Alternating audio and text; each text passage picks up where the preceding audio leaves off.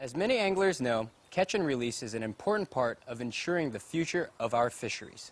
By allowing trout and other game fish to return to their waters, we can contribute to the future of their species and our sport.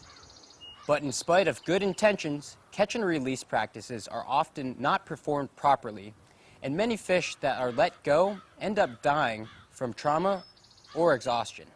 Hey, I'm John, and we're here at the Leland Fly Fishing Ranch in Sonoma, California. And while we don't usually fish here, today we are, in order to teach you the basics about how to land, handle, and revive fly-caught trout.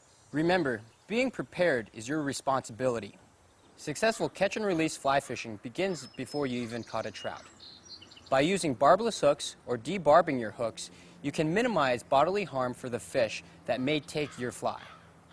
Hooked fish should be landed as quickly as possible to minimize stress, so fish the heaviest leader that still allows you to fool the fish. This means starting with, for example, 8-pound tests and dropping down to 6-pound tests only if the trout seem to be refusing your fly. When it comes to rod weight, don't undergun yourself. A 5-weight like this one is generally a good compromise between casting subtlety and fighting power. Keep in mind that during the summer, water temperatures may be higher, which means that less oxygen is dissolved in the water and trout are basically short of breath. They're especially vulnerable at this time. Trout are more fragile than you might think, and they need to be handled carefully, or they'll be permanently damaged or killed. The absolute best way to land and release a trout is to quickly bring it to you and then grasp the leader and remove the hook. If you quickly land a trout, resuscitation probably isn't necessary, and this release is the best. While touching the fish is never good, you might need to if it's a large, exhausted fish that needs resuscitation or you want to take a photo with it. If you do touch the trout, be sure to wet your hands first so you don't rub off too much of that protective slime layer that keeps the trout free of infection. If a trout squirms in your hands, try to hold on, but don't squeeze.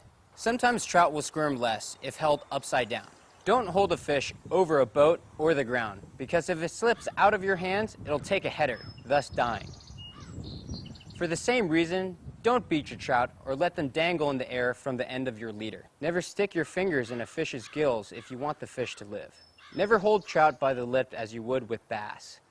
When you hold a trout, cradle its belly just behind its gills. For extra control, you can gently pinch a pectoral fin between two fingers.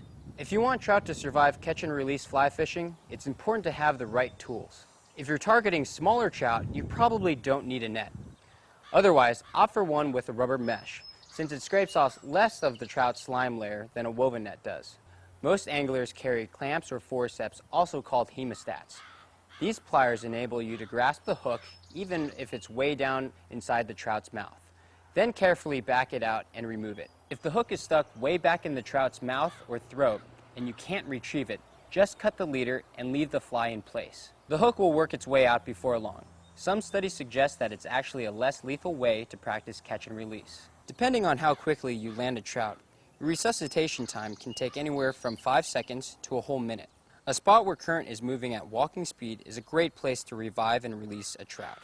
Gently hold the trout nose into the current. Don't grip the trout too firmly, but keep it from being pushed downstream.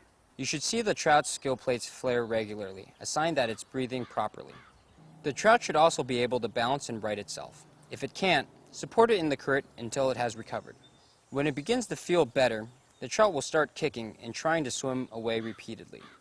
Be sure to let the fish swim out of your hands, don't just let it go. It should swim away confidently. On still waters, trout can't recover as quickly since there is no current to actively bring oxygen to their gills. Be sure to carry a net and try not to remove the fish from the water. On release, cradle the trout for a longer time until it forcefully swims away. Taking a photo of an awesome fish is sometimes hard to resist, but remember that a simple underwater camera provides a portrait of the trout in their environment without doing them harm. If you plan to take a photo with a trout out of the water, keep the fish secure in the water with the hook in its mouth until your fishing buddy is ready with the camera. A good option is to trade cameras ahead of time so you don't have to dig through your pack in the heat of the moment. You know it's a good photo if the angler is kneeling in the water, the trout is above the water, close to the angler's body, not held at arm's length or covered by the angler's hands. The trout should be so fresh from the drink that water is visibly pouring from its body. If your friend biffs the shot, immediately return the trout to the water until you're ready to shoot again. For whatever reason you can't get a good photo after a few attempts, remember that you'll catch more fish in the future, as long as you successfully release the fish that you catch today. Thanks for watching, and as always, we hope to see you on the water.